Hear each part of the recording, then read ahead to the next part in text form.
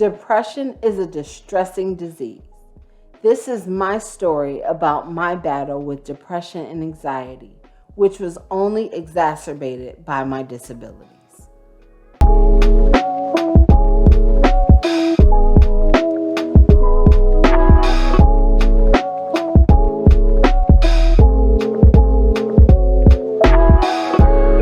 Hello, welcome to my so-called disabled life, where I not only talk about my life and experiences as a disabled woman, but speak the truth about disability and what it means to live as a disabled person.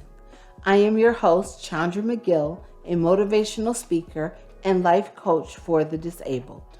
Today, I'll be talking about my battle with depression and anxiety. January 2013. I made a decision, perhaps the most pivotal decision I made in my whole life. I called my mother. I told her that I would be going to therapy. I would give it an old college try. I would do everything they recommended in order to get my depression under control.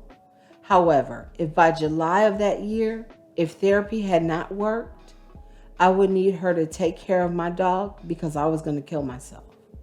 I had made a plan. I had arrived at this point because I battled depression and anxiety for 3 decades.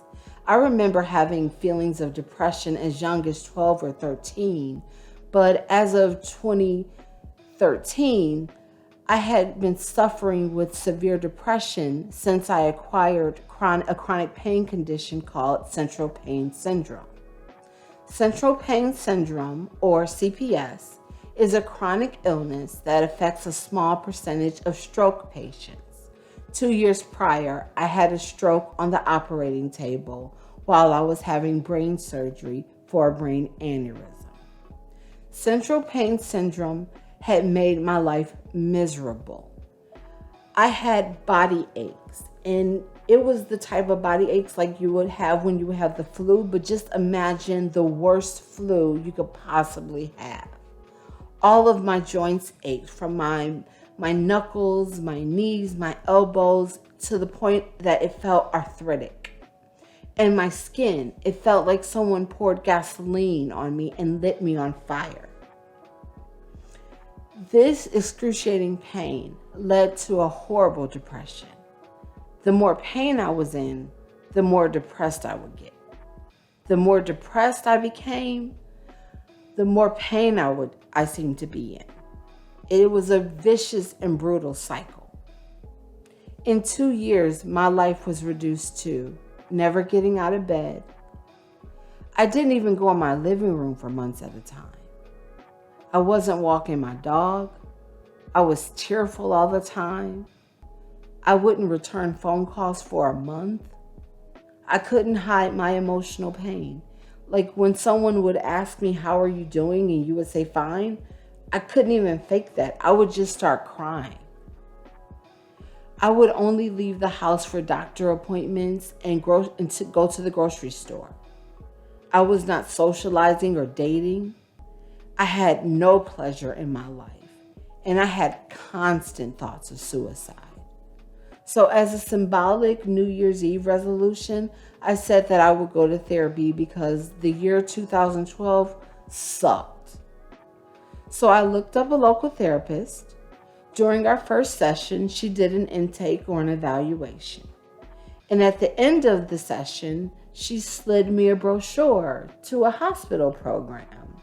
And I looked at it, and it was basically a brochure to a loony bin.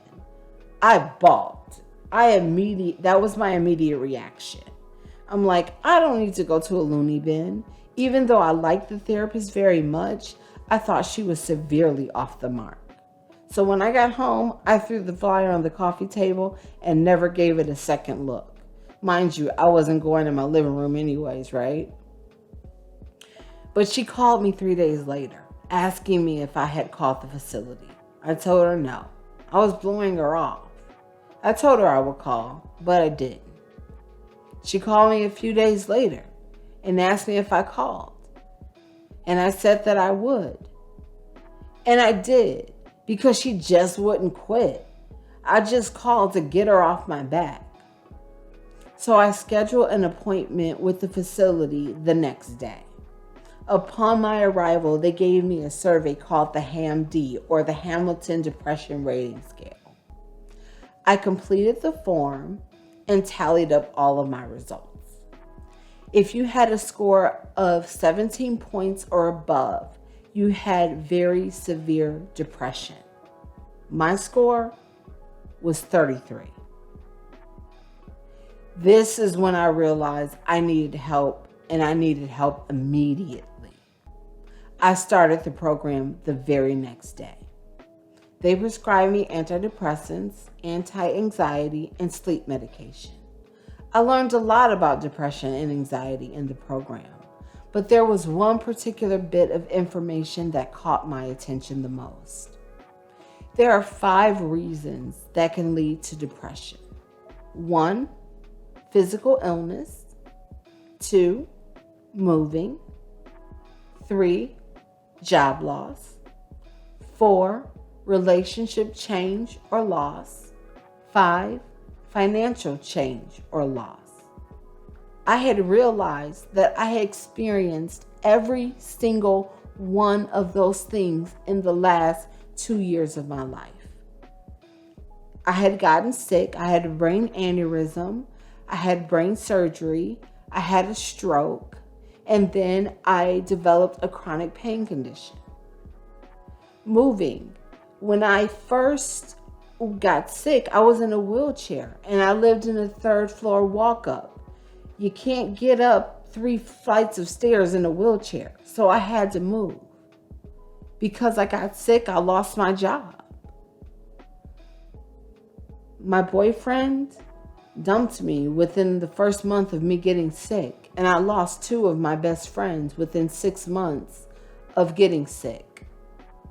And financially, my income went down by half because I went from working to disability. I was in the program for about 2.5 months, and I continued one-on-one therapy with the therapist I liked for 2 years. This helped me significantly. But depression is a chronic condition. It cannot be cured. And though my depression and anxiety was well managed for a while, life circumstances tested it. I had chronic pain for 5 more years. And I was under control. So that really did not help my depression. I was still in a mild depression. Luckily now it is controlled. I later found out that I had uterine fibroid tumors and I had to have a hysterectomy. I didn't have any kids at the time, and I had to mourn the fact that I would not have kids. I wouldn't have a family.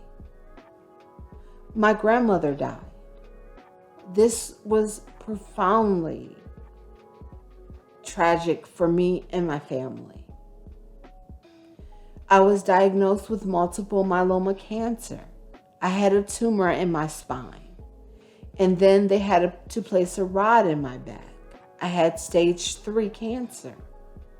7 months later, my mother was diagnosed with the same type of multiple myeloma cancer in her back. She had to have 2 rods placed in her back. When she woke up from surgery, she could only wiggle her toes. Doctors said that she would never be able to walk again, and she was in a wheelchair. So there I was, still going through multiple myeloma at stage 2, going through chemotherapy, having to become my mother's caretaker. Because it's only me and my mother. That's the only family that I have. Then later, I was in an abusive marriage, and that led me to a suicide attempt. Though I am in a very good place now, and I'm so thankful for it, I secretly dread the next tragic life event, and I wonder if that will be the one that ruins me. But just like any other chronic illness, life in general, you can only manage one day at a time. Hell, sometimes it's only 1 minute at a time. Elizabeth Wurtzel said it best. A human being can survive almost anything as long as she sees an end in sight. But depression is so insidious, it compounds daily, and it's impossible to ever see the end. If you are enjoying this video, then join the family, subscribe to the channel, and hit the notification bell. Also, join the My So-Called Disabled Life Facebook page to join in lively discussions about disability. Thank you for watching.